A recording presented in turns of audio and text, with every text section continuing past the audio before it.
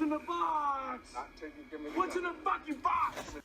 Hey guys, and welcome to yet another kit review. I'm currently hammering out kit reviews left, right, and center.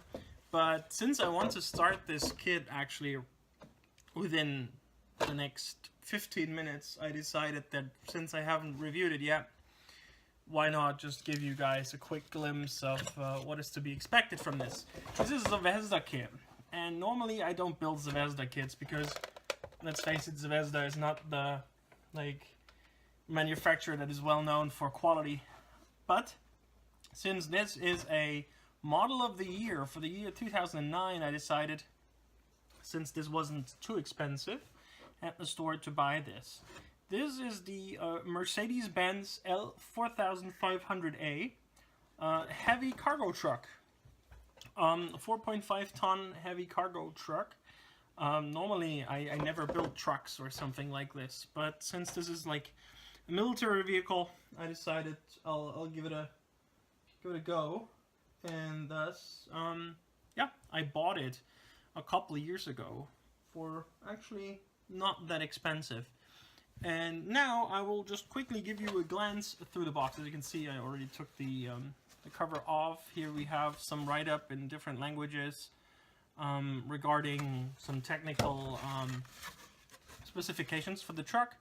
Here we have the part count, 256 parts, 22.6 centimeters long, and some color callouts for Model Master paints, which I have no clue what they are. So, without further ado, let me open the box and show you guys the sprues, because it's not that many sprues, so we should have a quick review done here. So, sprue number 1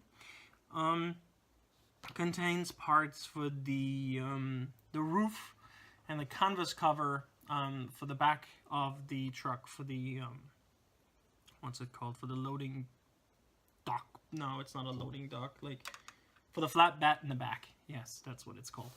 You can either have it folded up, or you can have the support struts and then just make a makeshift roof from, I don't know, maybe cloth or something, and make it look realistic. Then we have a sprue that contains parts for the suspension and for the engine, because this kit actually comes with a full engine. And I'll talk to you about the engine in a second.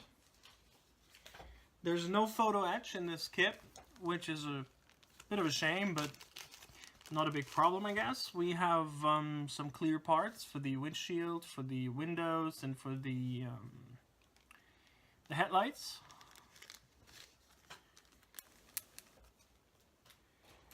Alright, we have parts for the chassis, which you have to build up from scratch. The wheels, which are multi-part assemblies, which is not too bad, I think. I think 3 parts per wheel. You have the middle, and you have 2 other parts. Some bits and bobs that I cannot identify what they are, but there's some flash on the parts, but that should be easily fixed, I guess. Now we have part of the engine. Actually, a part broke off here, which is bad, but, well, the exhaust. Some suspension, the exhaust pipe. Not the yeah, that's probably then the water canister, not the exhaust. Parts for the engine and the transmission. The license plate and a no-tag light. Then we have a sprue that carries 2 figures. We have a driver figure and we have a mechanic figure.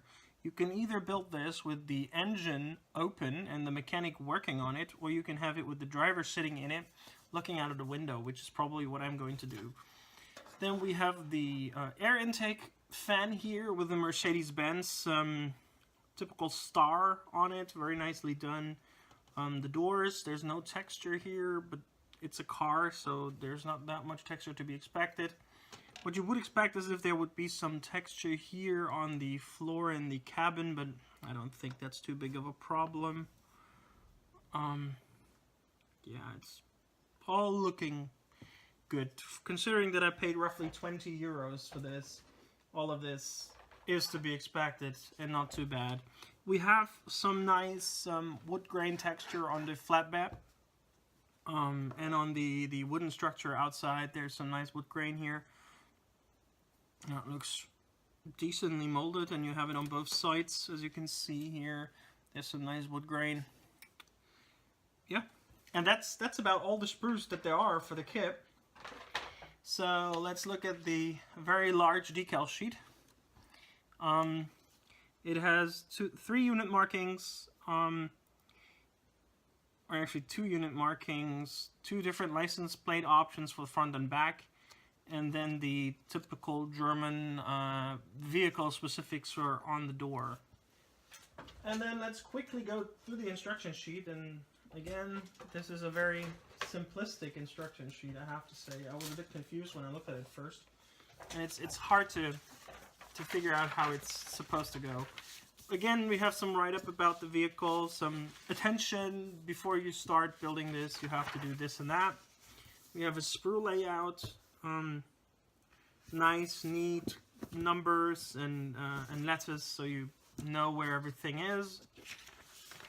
And like I said, you have 2 versions. Version 1 with the open engine bay with the guy working on it, and engine 2 with a closed engine bay with the support struts with the canvas cover all in place and the driver in there. Maybe you just want to cover it up and have some stowage in there. That would look really good.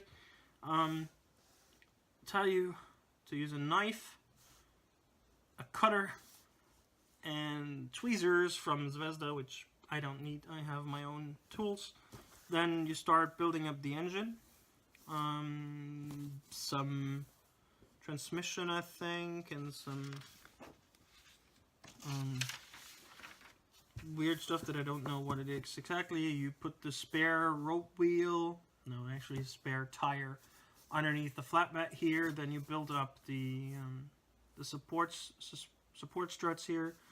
Then build up the flatbed underneath on top. Okay, that looks weird. Oh, okay. You can also have this as a troop carrier. You can have like benches in the back where people can sit, so that's also nice.